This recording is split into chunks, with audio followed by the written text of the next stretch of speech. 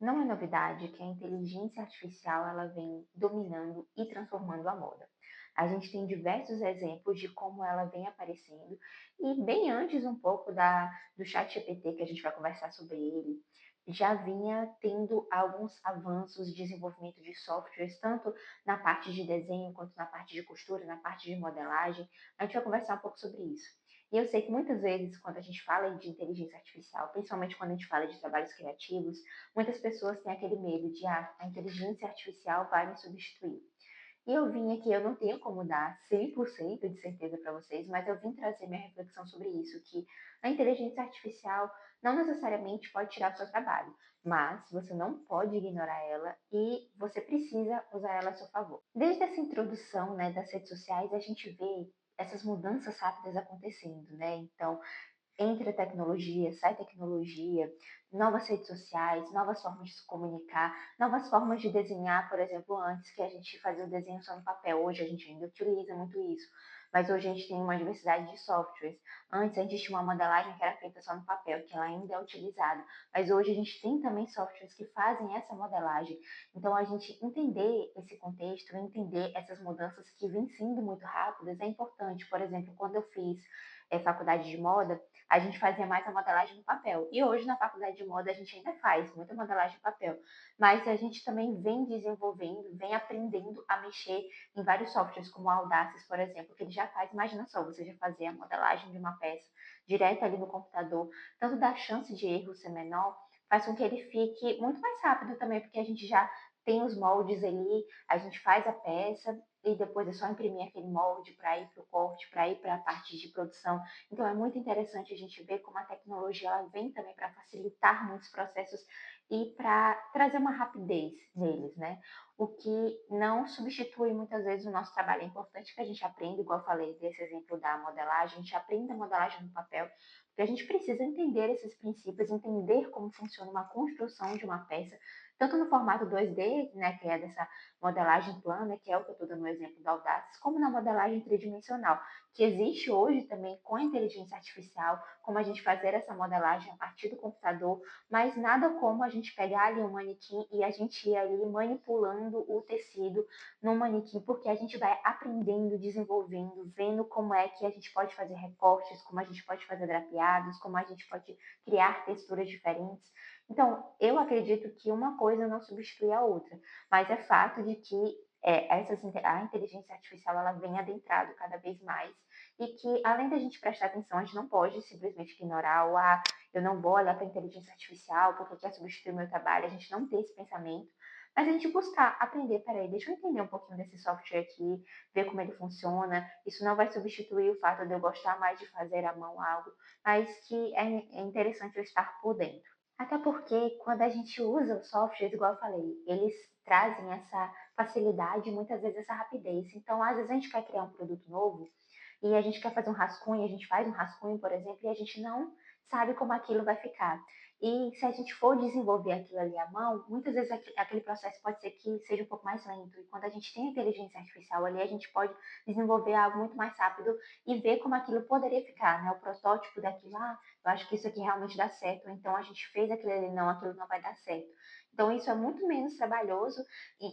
muitas questões, né, quando a gente está pensando ali em projetar novos designs, ter inspiração para novos designs, do que se a gente chegasse, eu vou desenvolver tudo à mão, e aí eu chegasse ali num certo momento, não, né, dessa forma não. Então, a inteligência artificial ela ajuda muito nesse sentido também, para nos inspirar, para nos ajudar a fazer protótipos mais rápido, a ver ali ideias mais rápidas, até também essa precisão, né, que como ele faz essas contas, assim, ele dá uma precisão maior, a chance de erro é menor. E outro exemplo também que eu acho muito interessante trazer aqui é em relação à previsão de tendências, né?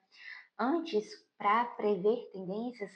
muitos profissionais, né, que eu já até falei sobre eles, que chamam hunters, né, que são esses caçadores de tendências, eles viajavam ao mundo e eles ficavam observando tudo que estava acontecendo, né, em relação à cultura, em relação à economia, em relação às pessoas da rua, né, para poder identificar esses movimentos, identificar essas possíveis tendências. Não que hoje isso não aconteça mais, mas hoje, imagina, a gente tem a inteligência artificial que ela coleta dados de diversas fontes e ela consegue, a partir desses dados, prever tendências.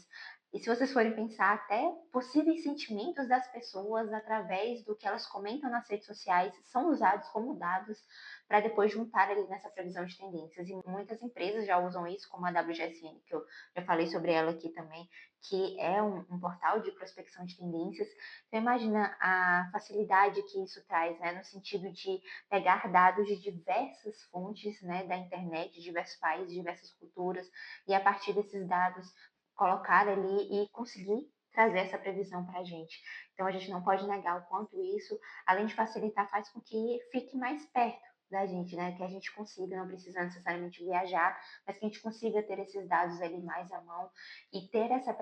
precisão, né? Que apesar do nome tendências, né? O que tende a ser, as tendências, elas fazem com que a gente consiga criar de uma forma mais direcionada o que as pessoas querem, entender um pouco sobre o que as pessoas, o que está passando na mente das pessoas, como a gente pode trazer isso em relação a peças, em relação a cores, em relação a acessórios, né? O que for que a gente vai entender ali dentro da moda, ou trabalhando dentro de uma empresa também, como a gente pode criar de forma mais certeira ali do que as pessoas vão querer. Se vocês quiserem, eu posso fazer um vídeo mais específico sobre a inteligência artificial na moda. Eu tenho até outro vídeo, eu vou deixar aqui embaixo também, que eu fiz há algum tempo falando sobre isso.